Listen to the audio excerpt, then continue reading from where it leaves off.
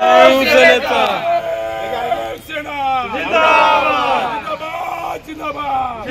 नगरपालिकेचा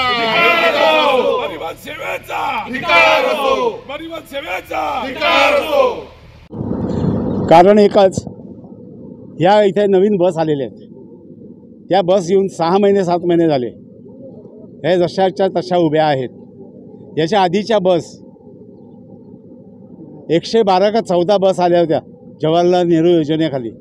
त्या पण अशाच बस सगळ्या सडवल्या, त्याचे पार्ट्स काढून दुसऱ्या गाड्यांना लावले. तशी परिस्थिती ह्या गाड्यांची होऊ नये म्हणून आम्ही ते जाब विचारायला इथे आलो की ह्या बस चालू होत का नाहीत. तर ह्याचं असं आहे, केंद्राने दिलेले आहेत, कॉन्ट्रॅक्टरनी हात चालवायला घेतलेले आहेत, त्यांनी आणून ठेवल्यात, पण ह्या गाड्या पासिंग होत नाहीत. काय 6 महिने झाले, 6 महिने झाले पासिंग नाही, काही नाही. हा काय म्हणतात टेक्निकल प्रॉब्लेम आहे. ते काही असलं तरी तुमच्या ताब्यात गाड्या आहेत, तर तुम्ही हे काम करायला पाहिजे.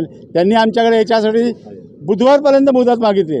बुधवारनंतर ह्या गाड्या भंगारमध्ये देण्यासाठी म्हणून आम्ही एक वजनकाटा आणला आहे, त्याची प्रतिकृती म्हणजे लहान आणि दिली त्यांना दिलेली आहे. आणि त्यांना हेही सांगितलं आहे, बुधवारनंतर मी मोठा वजनकाटा आणणार, इथेच गाड्यांचं वजन करू, या गाड्या भंगारमध्ये देऊन टाका.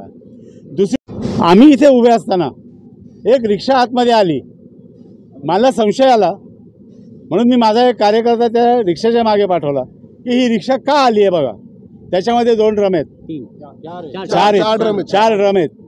म्हणजे एवढं डिझेल त्याच्यातून जाणार होतं. त्यांनी मला सांगितलं की हे डिझेल महापालिकेचे जनरेटर्स वगैरे आहेत त्याच्यासाठी जातं. ठीक आहे, मग महापालिकेचं वाहन नाही का ते डिझेल न्यायला, मग रिक्षा कशाला पाठवली बरं. रिक्षेवाल्याला विचारलं तुला कोणी सांगितलं, तुला भाडं कोण देतं, भाडं कोण देतं याच्याआधी महापालिकेचा माणूस आणि रिक्षेवाला दोघंही माणसं आम्हाला. म्हणजे एवढी मोठी महानगरपालिका आहे ही स्वतः. म्हणजे मला काय म्हणायचं आहे, हे भाडं कायदेशीर देत मला पाहिजे होतं की महापालिका देते त्याचं आम्हाला चलन पाहिजे होतं.